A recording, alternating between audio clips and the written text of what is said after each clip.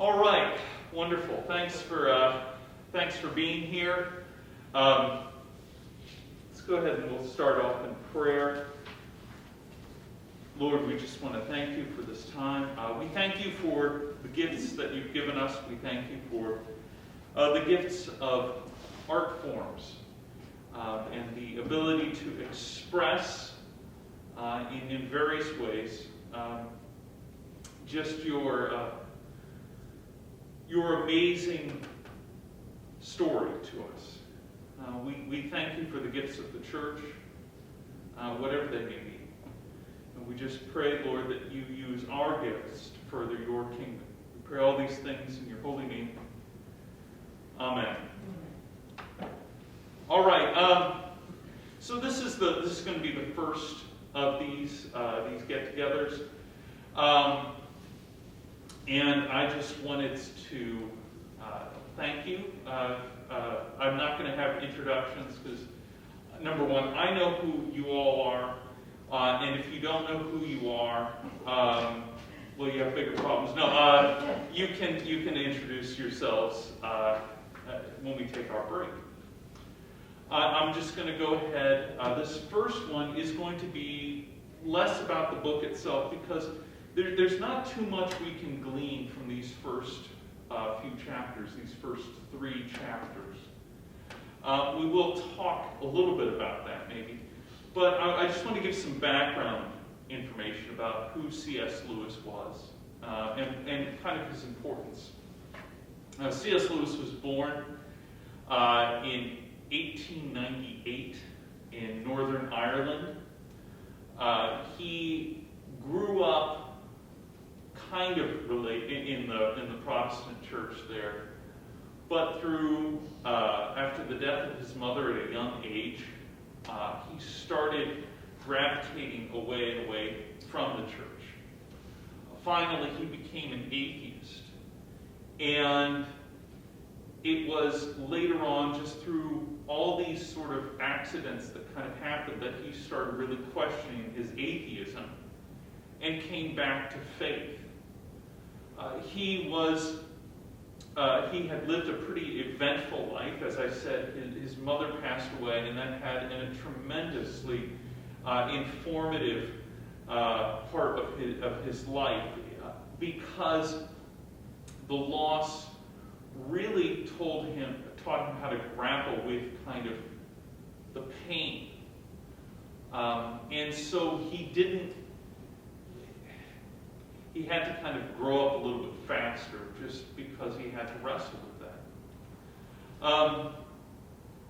He would fight in the trenches of World War I. He would lose friends. In fact, he lost a very dear friend of his and promised to take in his family if the friend were to pass away, which he did, and Lewis then did. They lived with him for a while until such time as that ended as well. Lewis would go on. He graduated with degrees from Oxford in literature, especially medieval literature was his focus. And he was known for being a very good medieval scholar. In fact, he had developed he had gone through there, and he should have been elevated to being the head of the medieval studies at Oxford. But what ended up happening was he was also very well known for his popular writing as well, and especially by this time, he had lost his faith in atheism and converted back to Christianity. And so he did not get elevated to the chair, but Cambridge, the arch rival, if you will, kind of like having Harvard and Yale, the arch rival said, well, we've got an opening for the head of that department. And he did hem and haw about it, but he talked with his friends, and they said, you should go ahead and take this chair. It's important to mention all of that because throughout his life, Lewis's writings is very much framed by his time period. He straddles various time periods in Britain that were, a lot of things were changing. He saw the end of the Victorian era and the start of the Edwardian era. These are known for a sense of status quo. We think of upstairs, downstairs, and those sort of things. And so he is very much formed by that kind of mindset. And you see that in his writing. Lewis himself, though, was not just a creature of his time, because there were many people, and in fact, the early 20th century was a period, if we can imagine it, where threats against Christianity or challenges to Christianity were probably even worse then than they are today. And so Lewis had to confront these. Some of the greatest minds had become atheists. So there's that. Lewis himself, his spiritual journey, as I said, he converted back to Christianity. And this had a lot to do with the things he was reading. Of course, as I said, he's a medievalist, but he also had started picking up the works of George MacDonald, who wrote children's fantasy literature really before it had become terribly popular. And he loved the works of George MacDonald and really started opening up to the Christian worldview through George MacDonald's work. MacDonald himself was a Christian. Lewis never met him, as far as I know. Lewis also was friends with a small group of other English professors, and they called themselves the Inklings. This included people like Charles Williams, Owen Barfield, who aren't really very well known, but they did have a few people that weren't well known. For instance, the Peter Wimsey stories, detective novels. And while I'm not quite certain that the author herself was an official member of the Inklings, she had a lot of close ties with them. And those mysteries, the Peter Wimsey mysteries, are very well known with early 20th century kind of mystery novels. But the other really great author that's so well known is J.R.R. Tolkien. And he and Tolkien often would bring in manuscripts, as would the others in the Inklings, to the local pub called the Eagle and Child, which they affectionately referred to as the Baby and the Bird. And they would go and they would just discuss the drafts and discuss literature there. So all of these things are kind of going on in Lewis's life. And Tolkien would have brought in The Hobbit, Lord of the Rings, for kind of proofing and so forth. Honest appraisals if the stories are to be true. And then Lewis, of course, would bring in Chronicles of Narnia and other works he was writing. Ironically, Tolkien didn't very much care for the Chronicles of Narnia. And the reason was he thought it was just too childish. But that doesn't matter. I love it. They're fantastic. The other big influence in his life, in Lewis's life, would have been a correspondent he had with an American lady named Joy David. And Joy came over eventually. She was from New York City. She had jumped around to all of the different kind of movements, political, social movements that were going on in the early 20th century. And she kind of started finding her way to Christianity. She came to visit Lewis, And their friendship grew. And then she wanted to kind of stay in England. She had gone through a very difficult divorce back in the States, and she wanted to stay in England with her two sons. And so Lewis married her in a civil ceremony. And as time wore on, they found out that besides just being friends and this kind of marriage of convenience, as it were, they actually really did love each other. She would pass away after only a few years, though, of being married. And it left Lewis very sad. He was very overcome with emotion. The two boys would grow up in Lewis's care. By the time that the boys had met Lewis, it was very interesting. He had already written The Lion, the Witch, and the Wardrobe. And as one of the boys, who now is in charge of Lewis's estate, Douglas Gresham, puts it, he imagined this 6'4", barrel-chested, broad-shouldered Englishman, who always wore a suit of armor. And he said, imagine my surprise when I saw slightly overweight, balding English Don greet me at the door in his smoking jacket or in his tweeds and whatnot. And he said, but we became friends anyway. And that really was Lewis. Lewis was very open to people. He was very kind. People mentioned his charity to people. He was not just a Christian who was probably one of the greatest writers of the 20th century, but he was also a man who lived his life charitably. He would continue to work in all sorts of genres until his death, the same day as John F. Kennedy was assassinated. He died as well. Lewis's genres include everything from children's literature to science fiction, with the Space Trilogy, essays, including Mere Christianity, letter writing. Lewis was known for trying to answer every single letter that he possibly could, and even hired an assistant by the name of Walter Hooper, who's kind of in charge of his documents after Lewis died.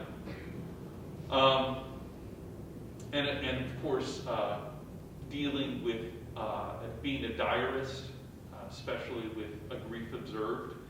He had written The Problem of Pain, dealing with kind of analyzing why there's pain in the world. And then when Joy passed away, he wrote a diary, kept a diary of his feelings, and one of his friends said, you really should publish this. And so he published it actually under a pseudonym. How many of you are familiar with T.S. Eliot? T.S. Eliot was one of the great poets of the 20th century.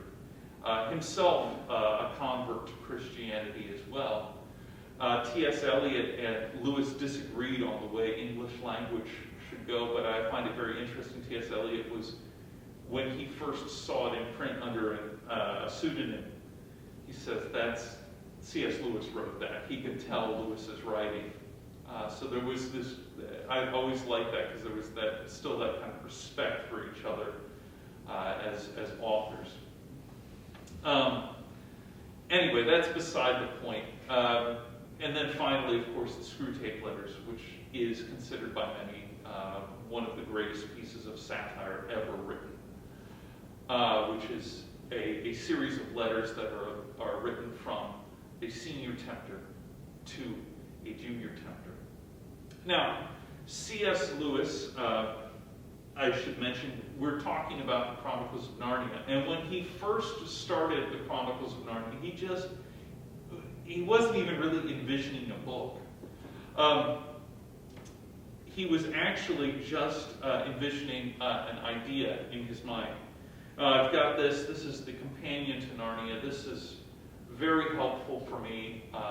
This is an encyclopedia of everything that's kind of mentioned in the book, and has cross-references to not just the book, but all of the books, and has cross-references to where Lewis might have gotten them, as well as Bible verses, maps, and so on and so forth. Now, he comes up with the idea around it says here in 1939, he starts having this idea. And I can kind of pass this around if you want to take a look at this.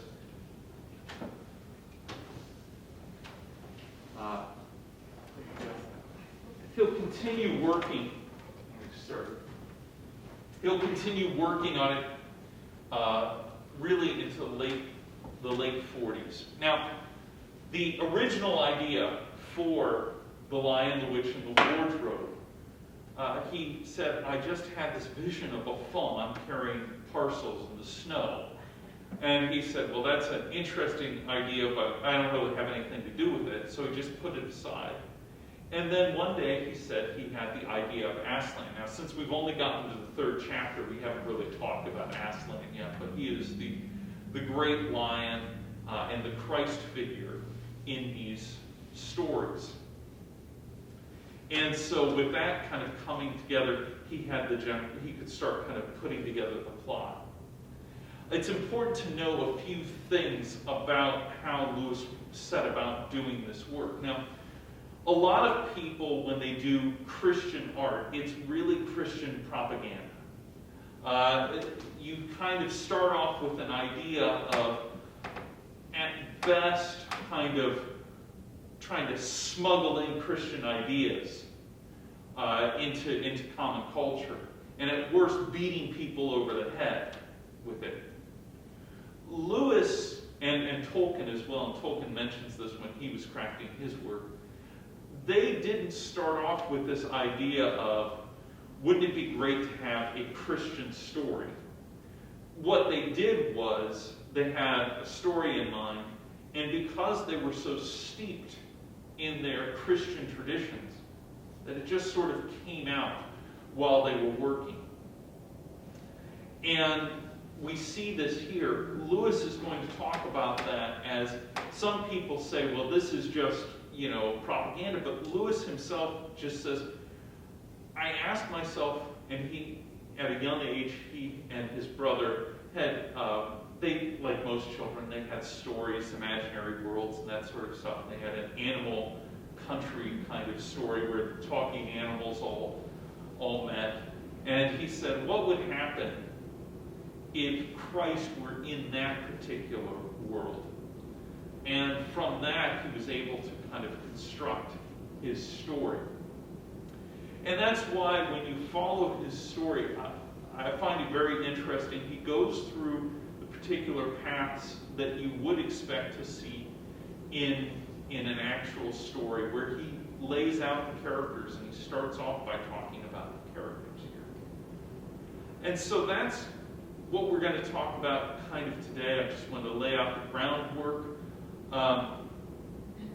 I'll just mention the other things that I have here. First off, this set was given to me as my confirmation gift. And my dad for years had been saying, we need to read The Lion, the Witch, and the Wardrobe. Honestly, I have a very vivid imagination, so Halloween characters are the last thing I want to deal with.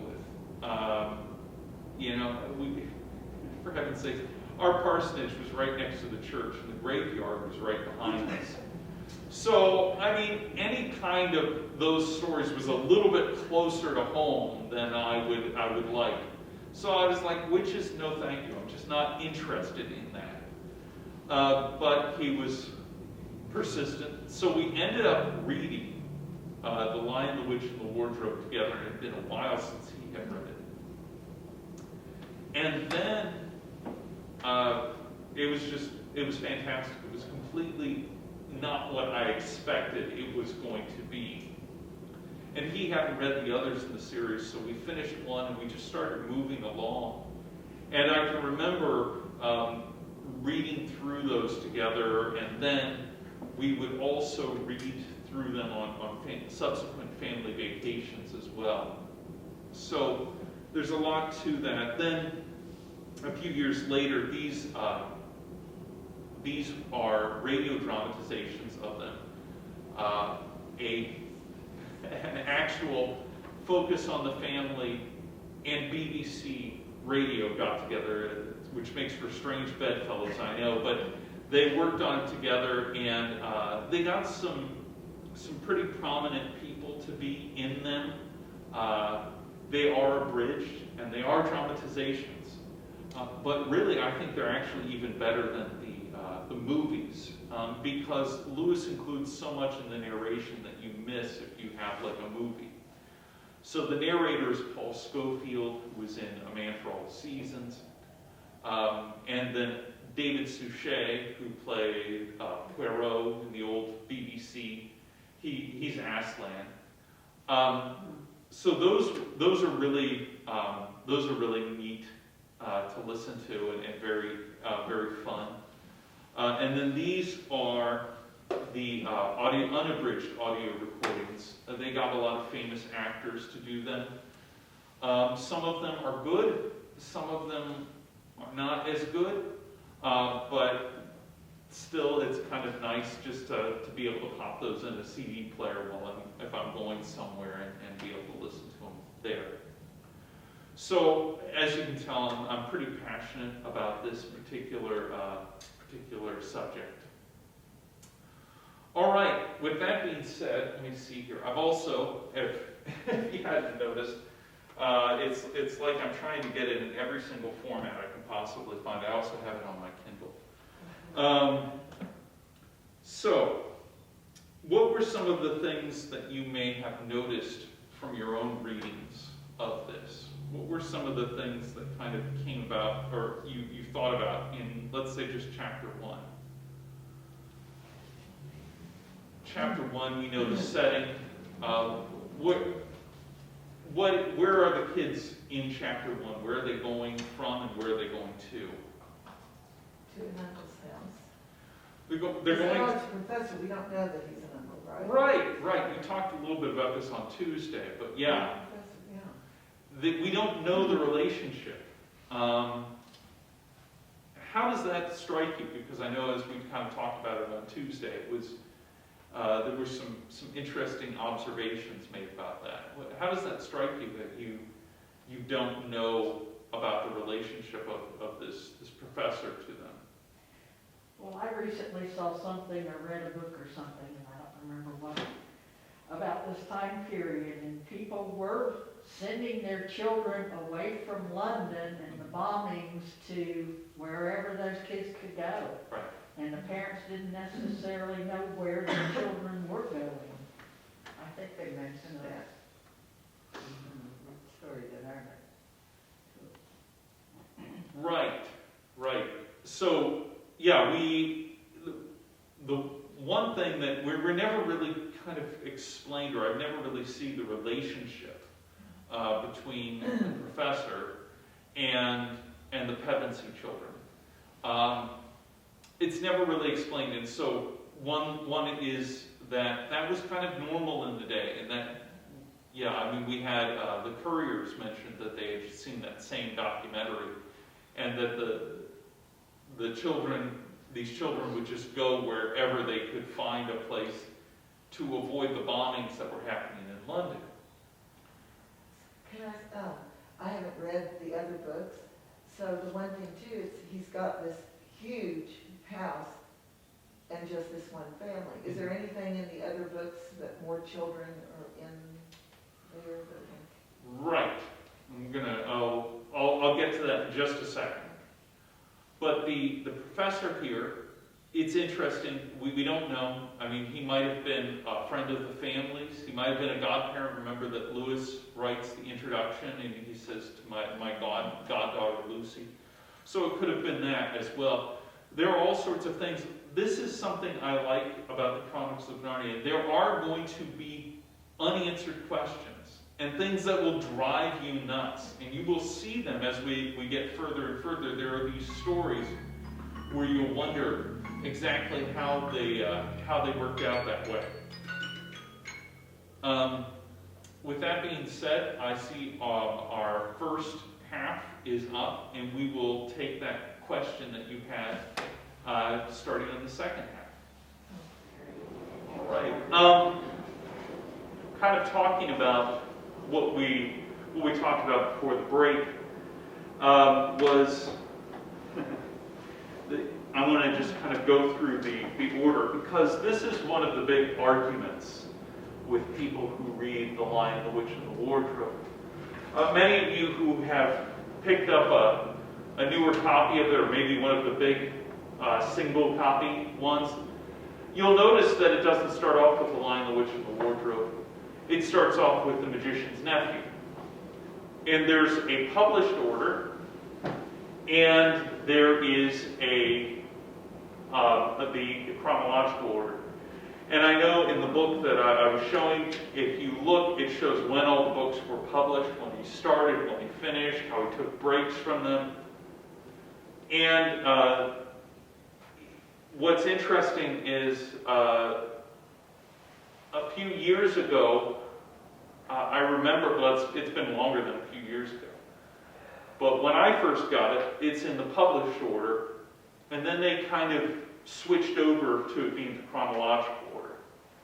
So the published order goes The Lion, the Witch, and the Wardrobe, Prince Caspian, The Voyage of the Dawn Treader, The Silver Chair, The Horse and His Boy, The Magician's Nephew, and The Last Battle. The chronological order is The Magician's Nephew, The Lion, the Witch, and the Wardrobe, Prince Caspian, or not Prince Caspian, The horse. The Horse and His Boy, Prince Caspian, Voyage of the Dawn Treader, Magician's Nephew, and Last Battle. Silver Chair comes, I'm sorry. Silver Chair. Yeah, Silver Chair. So I did that so well on Tuesday, but now that the camera's on me, I couldn't do that. Anyway, it's a fun little parlor trick. Anyway, the only thing to remember is to end with The Last Battle. You should be fine. I like going about it through the published order because I think Lewis brings in details. We're much more accustomed to prequels now in this day and age than we were a few years ago, so that's not as jarring. I like the fact that the time jumps back and forth on it. Kind of in my mind, it adds a little bit of a time travel element to it. You'll see that as we get to reading. But Lewis himself, in a letter, was asked exactly what order was the correct order, and he said he didn't care as long as you ended with The Last Battle. And Lewis said it, and so that actually settles it. But to your point about C.S. Lewis when he was born in 1898, The Magician's Nephew actually kind of deals with, instead of him being kind of writing for children at that stage in his life, as if he's writing to children, he writes in The Magician's Nephew from when he was a boy. Very much his boyhood is that time period. So those are very interesting things there. What other observations did you kind of make as we went through this? Edmund's going to be a problem. Edmund's going to be a problem. Edmund is going to be a problem. The characters. We had one person say that didn't really appreciate the writing. I find Lewis avoids using adjectives and adverbs unnecessarily. Mm-hmm. He's descriptive. You know what he's talking about. But he allows the reader to be able to kind of color the characters as they would. So we see the characters maybe different than the person next to us sees, and that's okay because it doesn't impact the story. And they say this is actually a very good characteristic of a good writer, is the fact that they avoid spoon-feeding everything to their audience. They don't over describe things. That's what I like about it. So how do you see a fawn named Tumnus?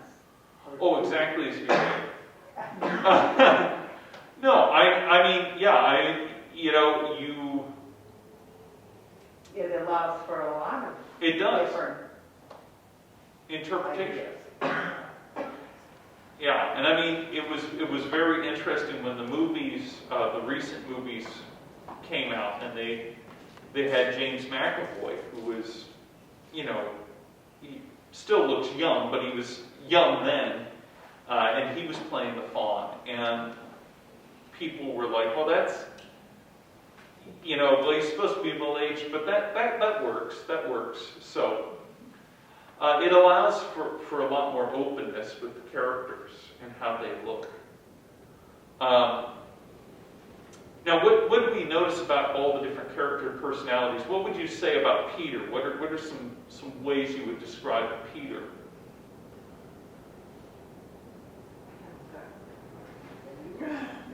Typical older brother. Typical older brother. Yeah.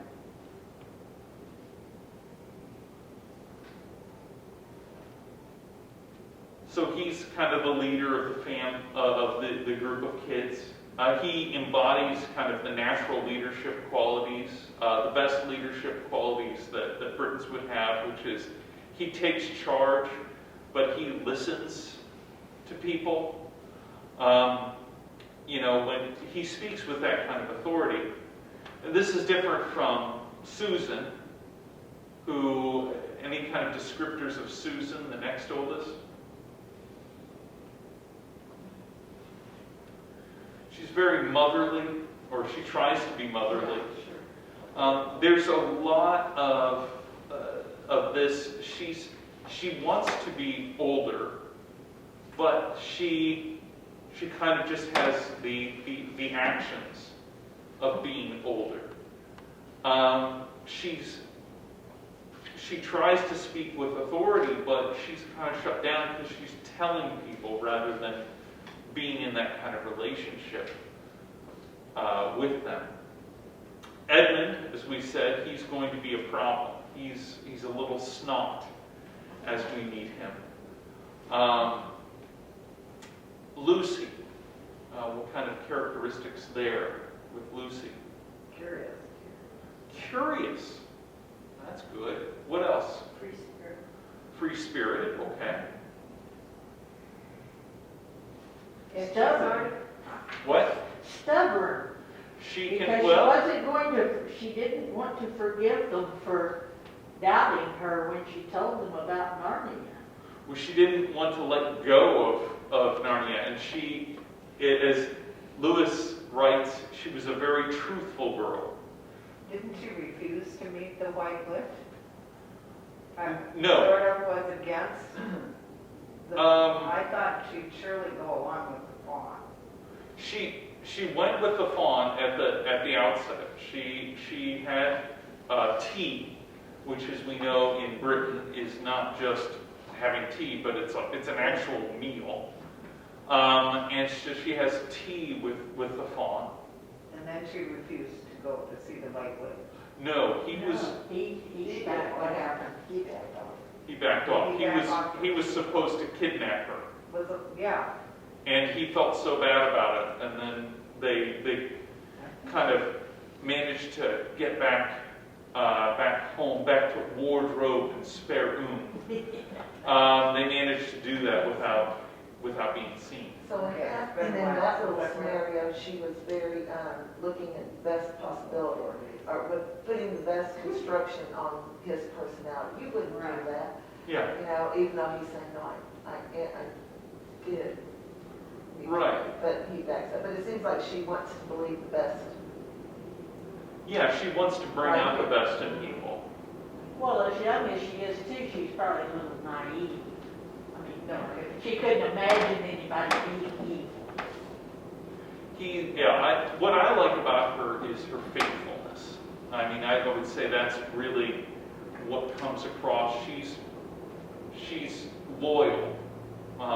She has she knows what she's seen, and she's tempted to, maybe I did see. I didn't see. Maybe I made it all up. Maybe I imagined. She's open to that, but she also knows what she's seen. And of course that will come out more and more as we see this. Another thing is, the reason why I bring that up is because Lewis is introducing us to all these characters as they are at the outset. And they're kind of a raw material.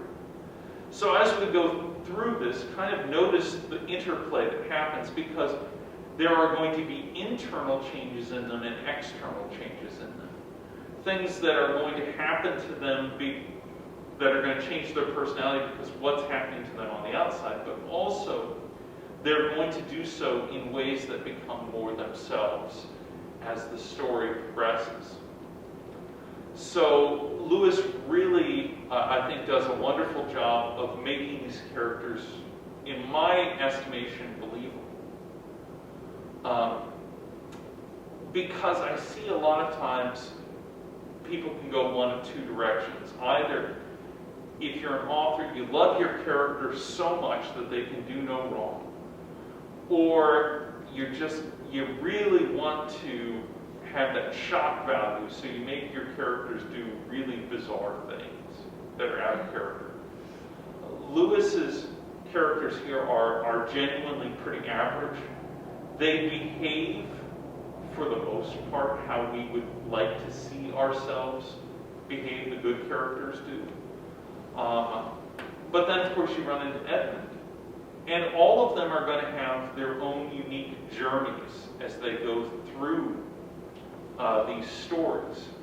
And so just kind of bear that in mind. Watch as their characters, just each time they come up with something that challenges who they are, watch how they kind of dig down into their own personalities and use that as a way to interact with the situations that they find themselves in.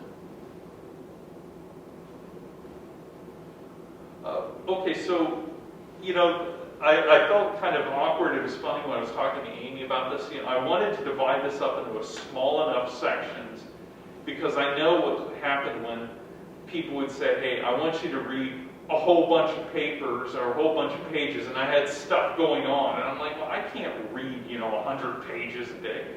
But at the same time, I looked at it and I was like, it does end a little weird. Chapter 3, it kind of ends a little awkwardly, and I won't judge you if you decided to read ahead. I know some people read the entire thing and are going back. But I wanted to break it up into small enough sections that we would be able to discuss it. But this first one was just more going to be me laying out all of these things. What kind of questions did you have from the text? Anything? I know maybe not even the text, but maybe just backgrounds to the text.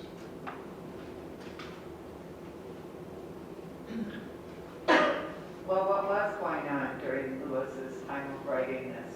What was it, the First World War? The Second World War had Second just World completed. War? Okay. He wrote it in the late, or it was around well, it says right there. I think it was published right after the First World War, or the Second World War. And so that would have been very much in his mind. What did he write before that? Well, let's see. He gave radio lectures that became Mere Christianity. Okay. They were put into book form. Before that, he had written, his first major work was Till We Have Faces, which is kind of an allegory on an old Greek mythology, piece of Greek mythology. He had written Pilgrim's Regress, I think, by this time, which there's Pilgrim's Progress, and then he talked about Pilgrim's Regress, which kind of deals with someone falling away.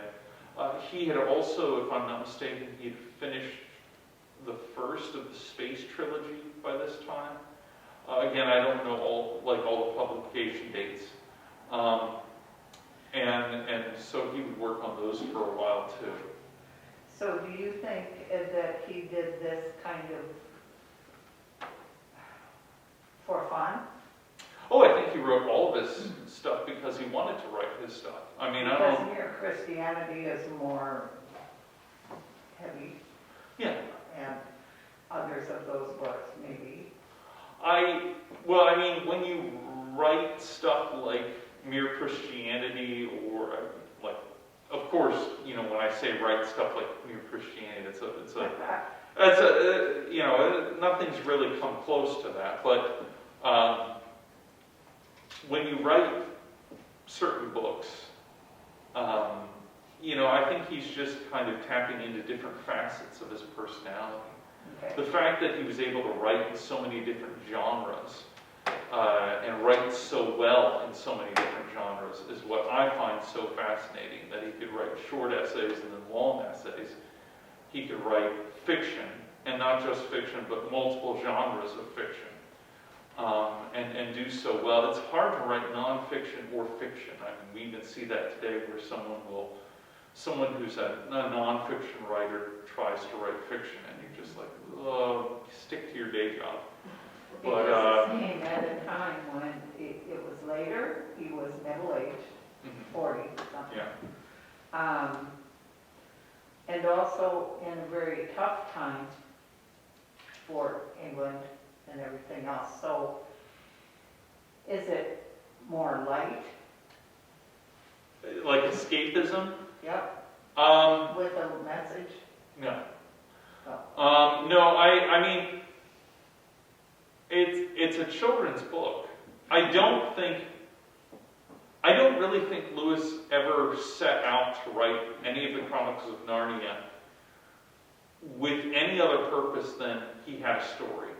So he writes 7 books, and you see, especially as you're getting on, there are all of these chances for him to just elaborate. Like, if someone, and there have been negotiations with his estate to try and use the novelizations and so forth, but because Douglas Gresham does not want it to lose its primarily Christian message, he is very, very strict on who and how you can use Lewis's works.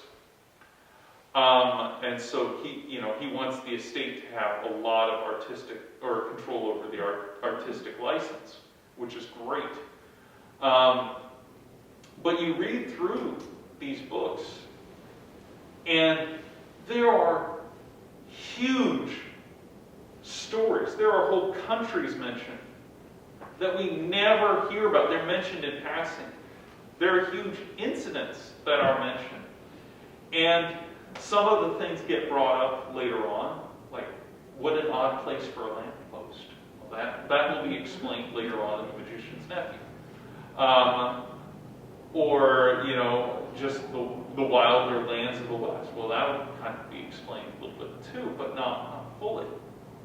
So there are all these kinds of stories here, and you would think, well, Lewis, man, if he would write some of these stories, even if they weren't very good, he could make a pretty penny, because people would just gobble them all up. But Lewis stated, why he stopped at the last battle. And I mean, obviously, when you read the last battle, you're like, well, of course, you can't go anywhere from here. But Lewis said it was kind of like a faucet had been turned off. And he said, you just couldn't make anything happen after that. There was that point where the creativity was done. The story was over. And to get to your point about escapism, if he were writing for any other purpose, escapism or trying to win people for Christ, he would have kept going, or he would have made things more explicit. But throughout, you can tell he's focused on writing this story, and that's the main thing. You can't get beyond. You can only get so far beyond to the implied author of the story. At some point, you just have to accept this is the story as it is. My thinking he wrote this was, it wasn't so much escapism as just, he just had a good story to tell. But it was a good story. I don't know how to say this. A good story is different for every age group. Well, yeah. And every age group understood this good story in a different fashion, probably. Oh, yeah. And it could have been some escapism. I mean, I believe. Well, of course, you know, The lessons. I mean, I've got several books that are thick with statistics and so forth. I don't necessarily go to them for escapism. So yeah, but you know, I'm sure it's part of it. I think the main thing though is he just had a story to tell. And this is silly, but I just was curious, and I don't know if you, but when Lucy's in the Fawn's house, she sees the books on the shelf and they list them. Yeah. They're weird, they're funny, but they aren't like, if I knew something, I'd go, oh, that's a, Nope. no, they're just made up, Yeah. they're not to be funny twists on it. What he's doing is he asked himself sort of, you know, okay, again, everything's like, how would things behave in this world? And so, in that world, you are going to look at the bookshelf and you will see things like, is man a myth? You know, these questions about just about all this, these various things, these reference books would look different than they would in our world. For example, one of my favorite things is, you know what the national animal is of Scotland? Scotland's national animal.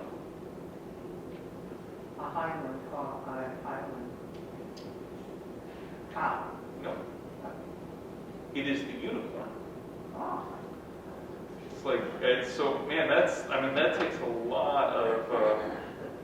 a lot of courage to just name a mythological creature like that as your national animal. But I think the same thing, you know, it's kind of like, just you kind of lean into the flights of fancy, and that's what Lewis did here. Is he kind of leaned into the flights of fancy and said, what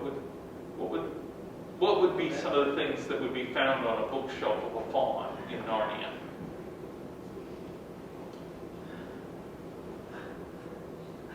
Well, I found it interesting that the fawn and the witch later on refer to them as the daughter of Eden and the son of Cats. Yeah. Yeah. You know, Lewis is living in a different world than we would. You know, my mother was, she went back to get her degree, or to renew her degree in teaching, her teaching license. And she went to the community college, and she had to take an art class there, an art history class. And they showed all these pictures, and at one point they showed a picture of a lamb. And said, what is this about having a lamb here? And of course, it was the Agnus Dei, the Lamb of God, you know, and the sacrificial lamb. We've forgotten so much symbolism, and Lewis would have known about symbolism. T.S. Eliot would have known about symbolism as well.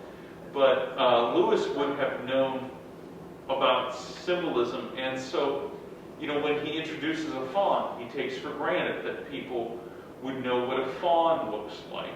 He takes for granted that people would know what satyrs look like. He takes for granted that people, you know about Adam and Eve. And that may not be the case so much anymore. And that's not even with younger people, people my age and younger, but that's also could be with older people as well. And so Lewis, I find that very interesting that he ties that in, that sense that everyone should know who Adam and Eve were. And he lays that out in the book. So yeah, I find that very interesting too. Because the witch looks like a human. You know, the description and then mine's illustrated. Yeah. And so she looks human, but they don't refer to her that way. So and I'm wondering, is it because the children, quote, are good and the witch is evil? Well, here's the thing. You will later on, I don't want to give too much away, but later on, one of the characters is talking about that very thing. And it's a beautiful passage. And it's one that we'll talk about again, and so keep that in mind, and also that kind of that question about good and evil.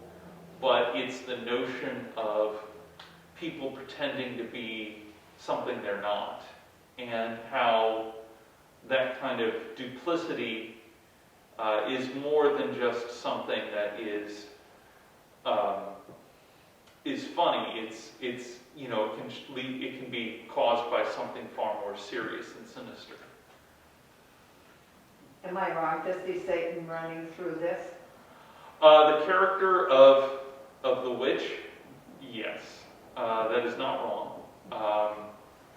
In fact, offers one of the best lines about Satan being God's hangman. Yeah. And I think that's a good way to look at it. You know, you were God's hangman, and you just thought you were more important than you actually were. Well, anyway, I think that's enough for today, and I don't mind if you've got a bunch of questions, or if something spurred questions on for next time we meet, great. This was just sort of laying the foundations, dealing with the characters as they start emerging, but also not having to worry too much because we're just starting with the first 3 chapters and not much of the plot has really appeared and won't start appearing until really next week. So let's go ahead and we'll end in prayer. Lord, we want to thank you for bringing us here together. We just ask, Lord, that you use our lives and you help us to remember that you've given us all so many different kinds of gifts. We ask, Lord, that we use our unique gifts for your great calling, so that we can reach the world in our own way. And we can also listen to the gifts of one another, both here as well as the ones we read, to bring about your glorious kingdom. We pray all these things in your holy name. Amen.